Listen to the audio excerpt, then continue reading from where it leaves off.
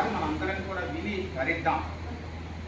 మొట్టమొదట రాముల వారి వంశం రఘువంశం, దానిని ఇక్ష్వాకు వంశం అంటున్నాం, అదే సూర్యవంశం అంటున్నాం.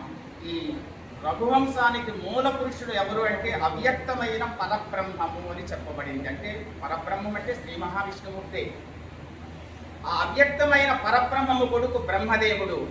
బ్రహ్మదేవుడు కుమారుడు మరీచి, మరీచి కుమారుడు కశ్యపుడు, కశ్యపుని కుమారుడు వివస్వంతుడు, వివస్వంతుని కుమారుడు వైవస్వతమనువు, వైవస్వతమనువు కుమారుడు ఇక్ష్వాకుడు, ఇక్ష్వాకుని కుమారుడు కుక్షి, కుక్షి కుమారుడు వికుక్షి, వికుక్షి కుమారుడు బాణుడు, బాణుడు కుమారుడు అనరణ్యుడు, అనరణ్యుని కుమారుడు పృథుడు, పృథుని కుమారుడు త్రిశంకుడు, త్రిశంకుని కుమారుడు దుందుమారుడు, దుందుమారుని కుమారుడు యువనాశ్వుడు, యువనాశ్వుని కుమారుడు మాంధాత, మాంధాత కుమారుడు సుసంధి, సుసంధి కుమారుడు ధ్రువసంధి, ధ్రువసంధి కుమారుడు ప్రసేతుడు, ప్రసేతుని కుమారుడు అసితుడు, అసితుని కుమారుడు సగరుడు, సగరుని కుమారుడు అసమంజుడు, అసమంజుని కుమారుడు అంశుమంతుడు, అంశుమంతుని కుమారుడు దిలీపుడు, దిలీపుని కుమారుడు భగీరథుడు, భగీరథుని కుమారుడు కకుత్సుడు, కకుత్సుని కుమారుడు రఘువు, రఘువు కుమారుడు కల్మాషపాదుడు, కల్మాషపాదుని కుమారుడు శంఖనుడు,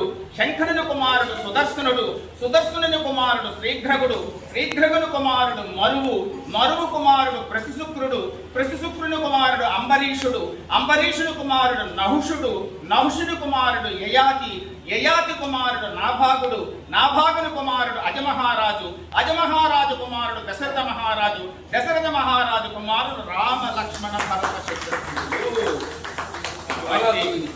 రఘువంశం పావనమైంది, సూర్యవంశం పావనమైంది.